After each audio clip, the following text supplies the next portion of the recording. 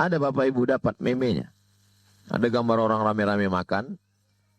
Asal ada orang meninggal, dapat makan gratis. Hadisnya sahih. Apa kata Nabi? Absus salam, tebarkan salam.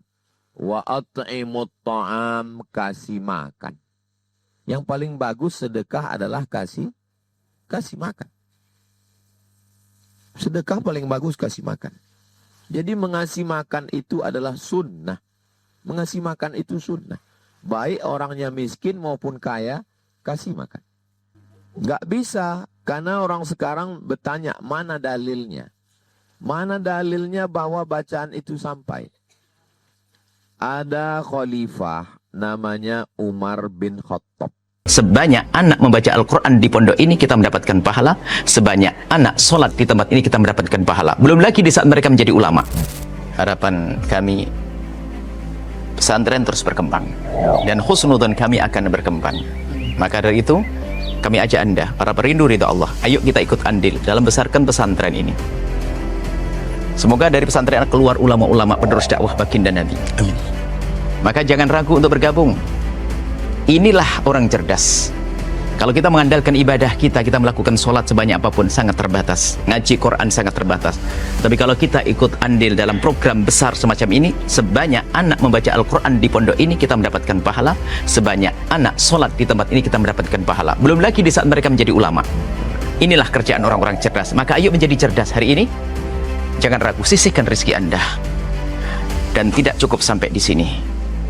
Ajak orang lain. Kapan Anda mengajak orang lain, Anda mendapatkan pahala biarpun orang itu belum mengikuti ajakan Anda. Ajak sebanyak-banyaknya. Dan di saat Anda mengajak, jangan meremehkan. Mungkin kelihatan orang itu seolah-olah tidak akan membantu. Ajak saja. Silahkan sisihkan rezeki Anda langsung ke Pesantren Nurul Azhar Bank Syariah Indonesia, nomor rekening 147-666-6666 atas nama Yayasan Tabung Wakaf Umat. Dan jika terbuka hati Anda lalu Anda berderma, jangan ragu. Sertakan kode transfer 01 di akhir nominal transfer dan atau konfirmasi ke nomor 0852 6541 6060. Itu adalah nomor admin yayasan. Dan setelah itu, setelah Anda berderma, puji syukur, bersyukurlah kepada Allah karena Allah telah memilih Anda untuk bisa berjuang. Nuhibbukum fillah. Assalamualaikum warahmatullahi wabarakatuh. Bismillahirrahmanirrahim. Assalamualaikum warahmatullahi wabarakatuh. Alhamdulillah, Allahumma salli ala Sayyidina Muhammad wa ala ali Sayyidina Muhammad. Yang sama kita hormati keluarga besar Ibu almarhumah Yuhani binti Yahuza. Anak cucu menantu semua mudah-mudahan selalu diberikan Allah kesabaran dan kekuatan insyaallah. Amin ya rabbal alamin. Guru kita semua Al-Mukarram Ustaz Busihat Anas. Mudah-mudahan guru kita panjang umur, sehat, berkah ilmunya untuk kita insyaallah. Amin ya rabbal alamin. Ada 7 ayat, 7 surat dan beberapa ayat yang sunnah kita amalkan setiap hari. Dibaca habis subuh dan habis maghrib. Habis subuh awal siang. Habis maghrib awal malam. Jadi hari ini ada siang, ada malam. Awal siang itu subuh, awal malam itu maghrib. Jadi habis maghrib amalannya dengan habis subuh sama. Pertama Al-Fatihah. Kedua, Al-Ikhlas. Ketiga, Al-Falaq. Keempat, An-Nas. Kelima, pangkal Al-Baqarah sampai wa ulaika humul muflihun. Keenam, ayat kursi. Ketujuh, akhir Al-Baqarah. Lillahi ma fis samawati. Sampai habis ujung Al-Baqarah. 7 ini bacaan sunnah. Jadi yang kita lakukan malam ini adalah amalan sunnah Nabi. Kalau ada orang yang mengatakan apa yang kalian baca tadi, yang kami baca itu sunnah. Sunnah itu maksudnya perbuatan Nabi Muhammad SAW. Bedanya, ada tak ada orang meninggal yang 7 ini tetap kita baca.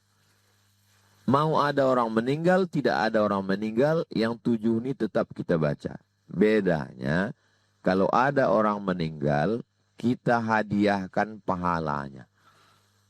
Cara menghadiahkan pahalanya 2.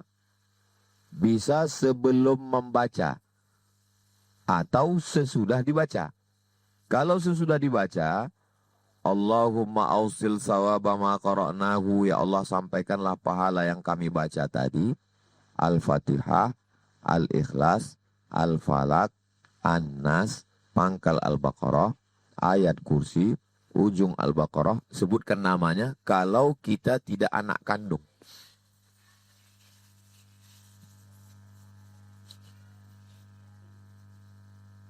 Kalau anak kandung almarhumah tak perlu menyebut, otomatis sampai. Jadi anak kandung almarhumah, cucu-cucunya semua, setiap habis subuh baca, setiap habis maghrib baca, tak perlu dia sebut, sampaikanlah ke almarhumah makku, ayahku, tak perlu, otomatis sampai. Tapi karena saya tak ada hubungan nasab dengan almarhumah, itulah maka tadi Ustadz Busihat Anas membacakan. Ila ruhi fulan bin fulan, fulan bin fulan, fulan bin fulan. Itu maka disebutkan namanya. Nah, jadi saya mau menjelaskan bahwa amalan yang kita lakukan malam ini adalah amalan sunnah. Yang kita lakukan malam ini adalah amalan sunnah. Sunnah membaca bacaan. Kemudian tentang bacaannya sudah. Tentang mengirimkan bacaan sudah. Tentang masalah bacaan yang kita baca itu sampai atau tak sampai kepada orang meninggal. Kira-kira yang kita baca tadi itu sampai atau tak sampai kepada orang meninggal? Kok yakin ibu sampai?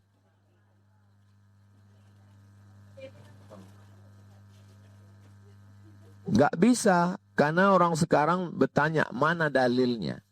Mana dalilnya bahwa bacaan itu sampai? Ada khalifah namanya Umar bin Khattab. Siapa namanya? Umar bin Khattab. Umar bin Khattab ini punya anak namanya Abdullah bin Umar bin Khattab.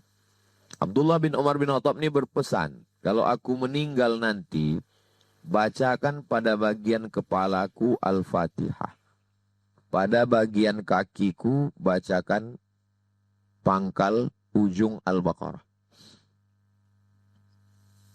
Kira-kira, apakah mungkin dibacakan kalau pahalanya tak sampai? Tak mungkin. Nanti kalau aku mati, tolong bacakan Al-Fatihah di kepala, di kaki, pangkal ujung Al-Baqarah. Kalau tak sampai ke orang meninggal, berarti membacakannya ke batu sama ke pokok kayu. Enggak mungkin. Itu berarti bahwa pahalanya itu sampai. Itu dalil pertama. Hadisnya itu di mana bisa kami tengok? Hadisnya disebutkan Imam Ibnu Qayyim Al-Jauziyah dalam kitab Ruh. Sudah diterjemahkan ke bahasa Indonesia 3 huruf. R-O-H. Roh. Bagus buku ini dibeli. Karena bercerita tentang roh setelah mati. Sampai nanti apa yang terjadi pada roh. Sudah dibedah buku dulu di Masjid An-Nur. Karena banyaknya orang tak percaya bahwa bacaan ini sampai kepada orang meninggal dunia. Lalu kemudian, ketika Nabi lewat di makam, Nabi membelah pelepah korma. Nabi menusukkan pelepah korma itu ke kuburan. Kata sahabat Nabi, kenapa engkau tusukkan pelepah korma ini? Pelepah korma dicucukkan ke kubur. Apa tujuannya? Kata Nabi, la'allallaha an yukhaffifa 'adzabahuma ma lam yaibasa. Orang yang ada di kubur itu ringan azabnya karena pelepah korma. Orang yang ada di kubur itu ringan azabnya karena pelepah korma. Pertanyaannya, kenapa azab bisa ringan karena pelepah korma? Kata Imam Nawawi, Nama kitabnya Al-Minhaj Syarah Sahih Muslim Ibnil Hajjaj. Hadis tentang Nabi membelah pelepah korma itu ada dalam Sahih Muslim. Sahih Muslim itu ada nama penjelasannya namanya Al-Minhaj. Yang menulisnya Imam Nawawi. Kata Imam Nawawi, karena pelepah korma itu bertasbih. Maka selama dia belum kering, kecuali udah kering, pelepah korma itu yang basah yang dicabut Nabi itu bertasbih. Tasbihnya sampai pada orang mati. Apa kata Imam Nawawi?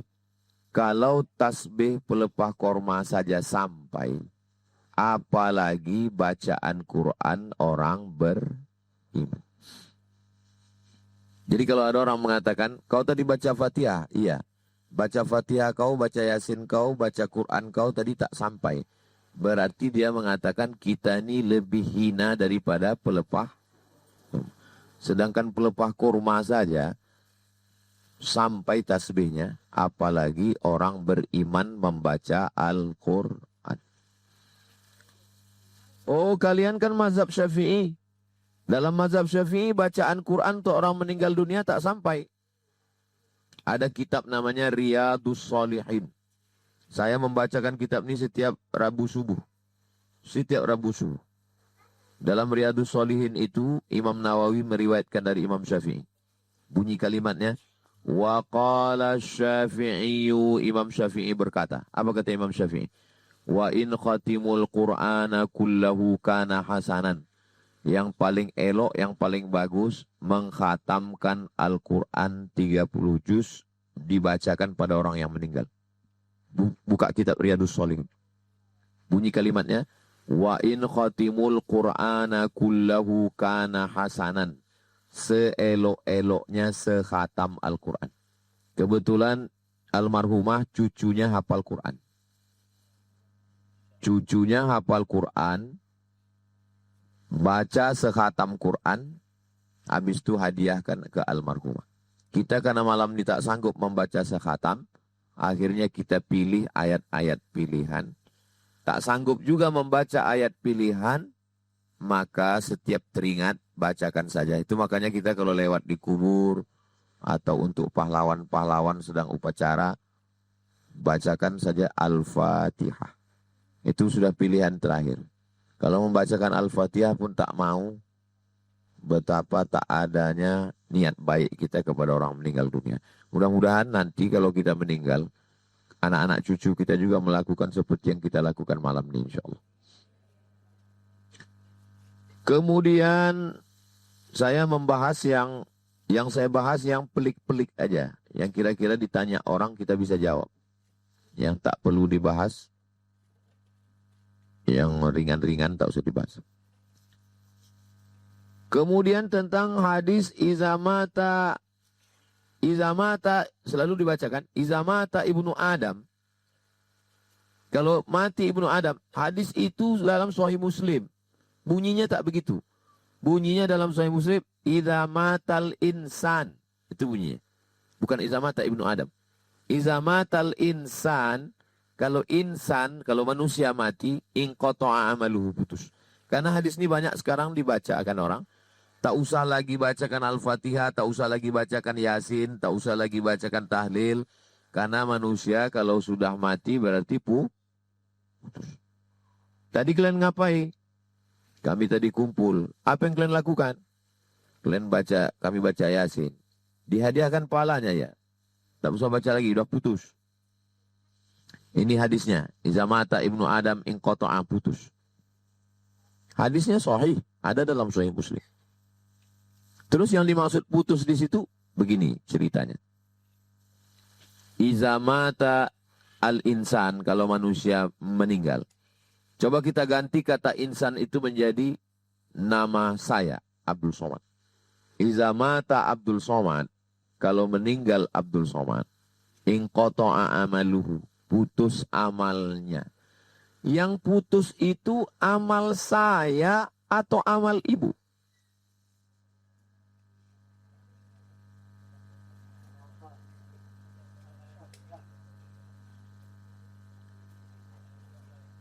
Izamatal insan, kalau manusia meninggal, inqoto amaluhu, putus amalnya. Tak usah lagi kirim Yasin, tak usah kirim lagi tahlil, tak usah kirim Al-Fatihah karena udah putus, tak usah kirim lagi. Sekarang saya tanya, kalau diganti kata insan itu menjadi Abdul Somad. Iza mata Abdul Somad. Kalau Abdul Somad meninggal, inqata'a amaluhu, putus amalnya. Yang putus itu amal saya yang meninggal atau amal bapak ibu? Amal yang meninggal kan? Artinya orang yang meninggal amalnya putus.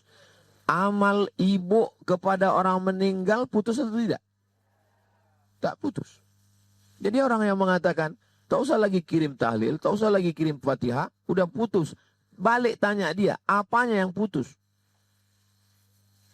Yang putus itu adalah dia putus tidak wajib sholat, tak wajib puasa, tak wajib zakat, tak wajib haji, tak wajib umroh. Itu maksudnya putus.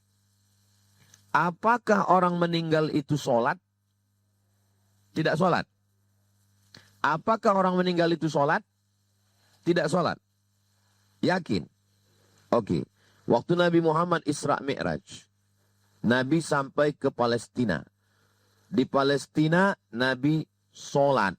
Dan Nabi menengok di belakang makmumnya ada Nabi Adam, Nabi Musa, Nabi Ibrahim. Sekarang saya tanya, apakah orang meninggal itu sholat? Tadi katanya tidak.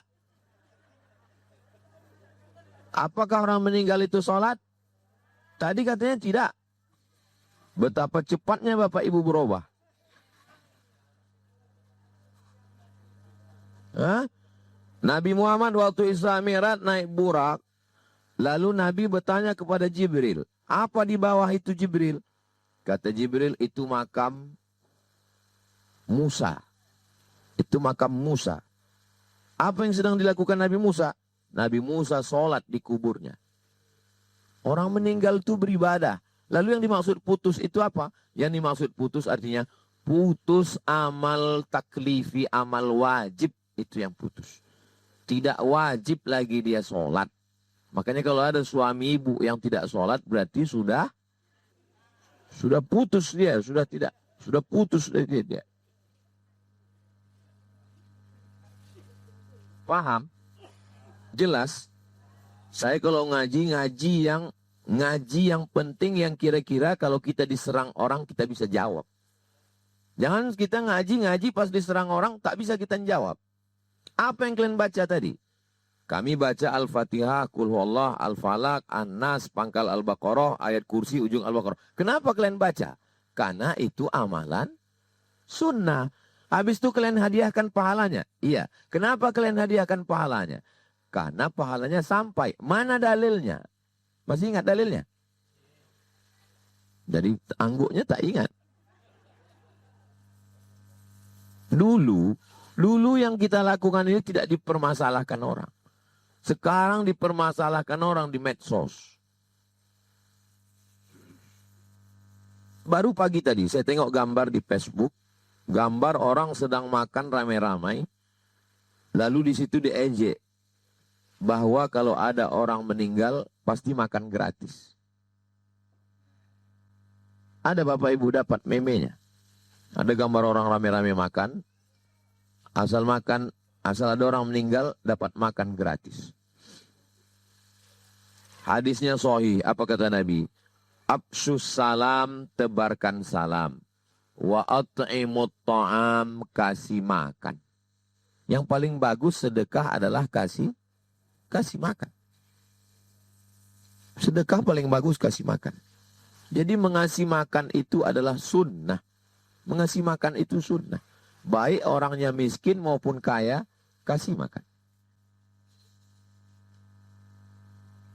Datanglah Sa'ad, sahabat Nabi namanya Sa'ad, bertamu ke rumah Nabi.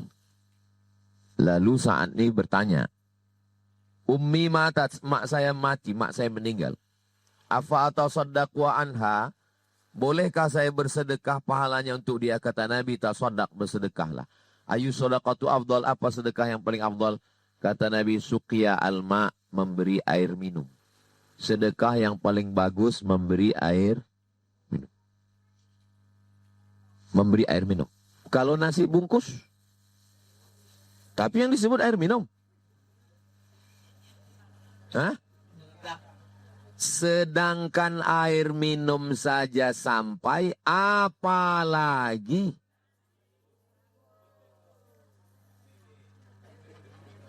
ada orang dipukulnya emaknya. Ada orang dipukulnya emaknya. Lepak dipukulnya. Habis itu ditanya, kenapa kau pukul emak kau? Dibacakannya ayat. Fala taqul lahuma uff.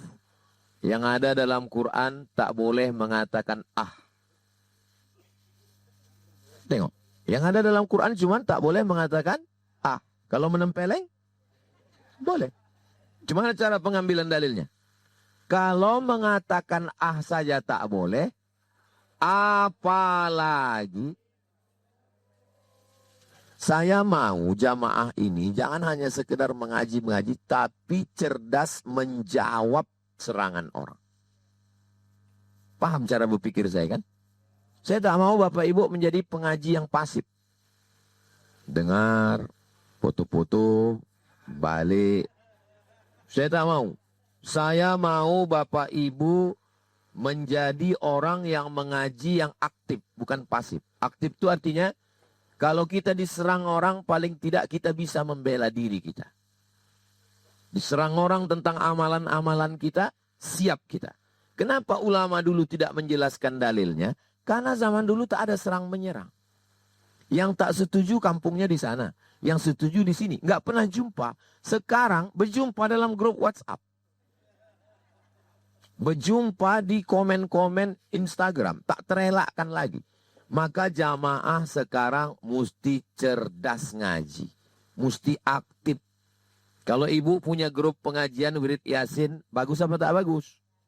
Tapi jangan hanya memperhatikan seragam. Jangan hanya memperhatikan kuih kotak. Saya mau jamaah itu cerdas. Oh susah kali ngaji sama Ustaz Somad. Kami maunya ngaji selesai pulang. Nggak bisa begitu zaman sekarang. Kira-kira yang saya sampaikan ini bagus apa tak bagus? Bagus. Supaya apa? Supaya kalau kita diserang orang, jangan kita diam. Karena orang itu macam mencincang batang kayu. Kalau dicincangnya sekali, terasanya lunak, akan dicincangnya terus. Batang pisang akan dihantam terus. Tapi kalau kita lawan sekali, tak berani lagi dia. Ditakiknya sekali terasa keras, berhenti dia. Ini patah barang kita nanti. Ini kayu tualang ini katanya. Nah, jadi kalau kita diserang orang sekali, serang dia 2 kali. Itu yang kau baca tadi tak sampai. Mati kau, kukirim kau Al-Fatihah bilang. Mesti begitu kan? Bahwa Bapak Ibu tak setuju dengan saya, tak masalah. Karena kita mungkin beda pemahaman. Tapi bagi saya, orang yang berbeda, kalau dia hanya sekedar berbeda, nggak apa-apa. Tapi kalau dia sudah menyerang, karena yang kita lakukan ini juga ada dalil tentang tahlil. La ilaha illallah. Makanya acara kita malam ini disebut dengan tahlil. Tahlil itu artinya la ilaha illallah. Kenapa tahlil itu yang dibaca? Karena kata Nabi, afdalu dzikri la ilaha illallah. Itulah maka disebut la ilaha illallah. Semua yang kita lakukan malam ini ada dalilnya. Membaca Al-Fatihah, Al-Ikhlas, Al-Falaq, An-Nas, pangkal Al-Baqarah, ayat kursi, ujung Al-Baqarah, tahlil, Yasin. Kenapa Yasin yang dibaca? Man qara'a Yasin fi lailatin. Siapa yang baca Yasin pada suatu malam, asbaha maghfuran lah. Besok subuhnya dia sudah diampunkan Allah. Siapa yang baca Yasin pada suatu malam, asbaha maghfuran lah. Subuh besok, kalau masih hidup kita besok, semua dosa kita sudah diampunkan Allah. Jadi kalau begitu membaca Yasin itu nunggu orang meninggal atau tiap malam? Tiap malam. Baca Yasin tiap malam. Tidak menunggu orang meninggal. Mau pindah rumah, mau ada orang meninggal, mau ada orang sakit, mau acara malam berinai, mau acara tepung tawar. Membaca Yasin itu aslinya tiap malam. Jadi jangan nunggu orang meninggal. Kebetulan ada orang meninggal. Ya kita tetap baca Yasin. Ada tak ada orang meninggal tetap baca Yasin. Sunnah. Nabi yang mengatakan, bukan saya. Di mana bisa kami tengok hadis ini? Dalam tafsir Ibnu Katsir. Tafsir yang paling bagus, Pak, Ibu. Tafsir yang paling bagus, tafsir Ibnu Katsir.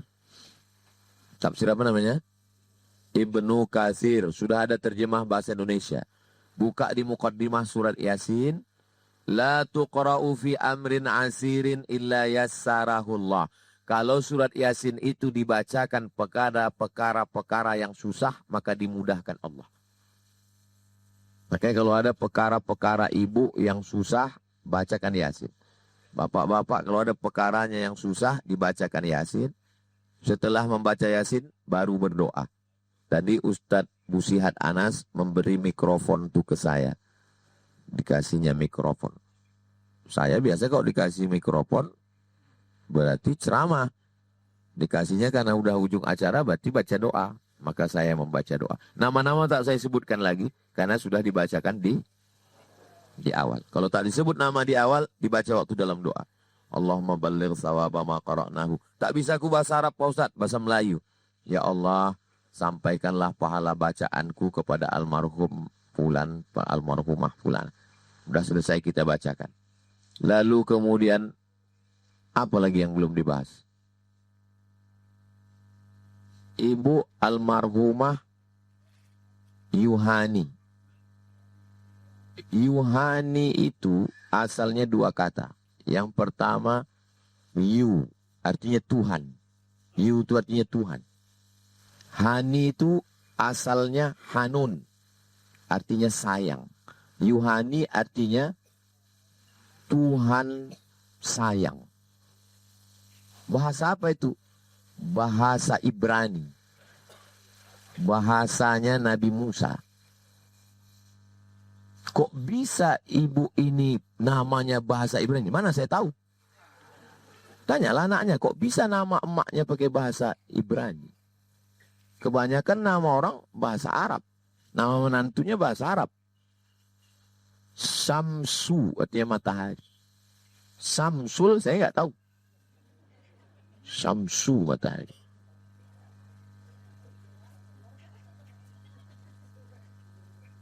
Nggak tahu saya tak apa arti.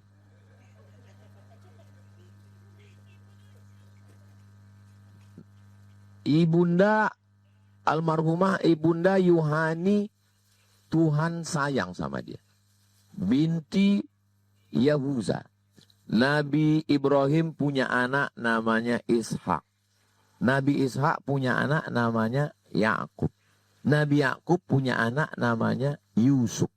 Nabi Yusuf punya saudara namanya Yahuza. Jadi Yahuza itu adalah keturunan Nabi dan saudara Nabi, satu di antara anak Nabi Yakub 12 orang. Anak Nabi Yakub itu 12 orang, salah satunya adalah Yahuza. Nah, mana tahu nanti ibu pulang ditanya orang, anaknya bingung tanyanya, Yahuza itu apa? Entah, tak tahu aku. Jangan sampai kita tak tahu. Lihat mana mungkin kami ingat semua yang Ustaz cakapkan malam ini. Direkam, itu direkam. Nanti akan diupload di channel Tabung Wakaf Umat. Karena Pak Samsul ini pengawas auditor keuangan di Yayasan Tabung Wakaf Umat. Nah, makanya direkam dan rekamannya nanti diupload. Kalau ibu bapak menonton channel Tabung Wakaf Umat, itu semua duit yang masuk itu untuk pembangunan pondok pesantren Nurul Azhar dan untuk beasiswa santri di sana. Jadi kalau ibu bapak nonton channel ini, dapat ilmunya, duit yang masuk melalui akun itu, ibu bapak otomatis sudah berinfak. Nama channelnya Tabung Wakaf Umat. Jangan lupa subscribe. Yang sudah subscribe, angkat tangan. Belum ada Pak Samsul, satu pun. Kemudian almarhumah ini sakit 7 bulan. Sakitnya selama 7 bulan. Yang mengganjal di pikiran saya jelaskan. Yang mengganjal di pikiran Bapak Ibu, nanti habis ini tanya ke saya. Sakit 7 bulan, apa yang diinginkan Allah dengan beliau sakit 7 bulan? 1. Hatta tamshi alal ardi makanat alaihi khati'ah. Ada orang yang dibuat Allah sakit, sikit-sikit sakit. Hatta tamshi alal ardi makanat alaihi khati'ah. Sampai dia berjalan di atas muka bumi, tak ada dosanya sikit pun. Jadi kalau ada orang yang tak pernah sakit, itu yang justru kita curiga. Berarti azabnya di akhirat semua. Hatta tamshi. Jadi kalau kita sikit sakit. Berarti Allah mau membersihkan kita sebersih-bersihnya di dunia.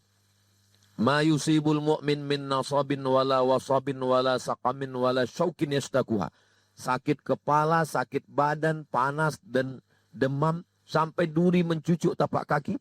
Allah membersihkan dosa. Saya husnuzon, almarhumah ibunda, dibersihkan Allah segala dosa-dosanya. Itu kehendak Allah yang pertama. Yang kedua, ada pahala yang lebih hebat dari haji, lebih hebat dari jihad, lebih hebat dari baca Quran. Kalau haji keluar duit, kalau jihad keluar darah, bangun masjid keluar duit. Tapi ada amal yang lebih hebat dari itu semua. Nama amalnya diam. Amalnya cuma diam. Amal itu namanya sabar. Dan amal sabar itu memenuhi timbangan untuk masuk ke dalam surga. Saya husnuzon almarhumah dengan kesabarannya, kesabaran anak menantunya, kesabaran keluarganya semua. Semuanya mendapatkan pahala sabar insya Allah. Yang ketiga, kenapa dibuat Allah dia sakit sampai 7 bulan? Semua kita ini nanti sesudah masuk ke dalam surga ditanya Allah. Maza turidun, kalian mau apa lagi? Semua udah dapat, apa lagi yang belum? Kata penghuni surga ada satu yang kami belum dapat. Apa itu? Ridhamu. Makanya kita berdoa tak minta surga, kita minta ridha. Allahumma inna nas'aluka ridhaka. Ridha dulu baru surga. Karena kalau dapat surga belum tentu dapat ridha. Tapi kalau dapat ridha, pasti dapat surga. Kata Allah, kalian udah dapat semua apa yang kalian belum dapat. Kata mereka, kami belum dapat ridhamu. Kata Allah, yang dapat ridhaku cuma satu. Siapa? Yang ridha menerima takdirku. Saya husnuzon, insya Allah, almarhumah, anak menantunya, keluarganya semua, ridha menerima takdir Allah SWT. Makanya kita yang diundang balik itu nanti orang yang ridha. Ya ayyatuhan nafsul mutmainnah, irji'i, baliklah. Ini bukan tempat kalian. Ini Riau, ini bukan tempat kalian. Irji'i, baliklah ke kampung asli kalian di surga. Irji'i ila rabbiki radiyatan mardiyah. Radiyatan ridha. Mardiyah diridhoi. Radiyatan kita ridha. Mardiyah Allah meridha. Lebih dulu kita ridha atau Allah meridhoi? Kita dulu.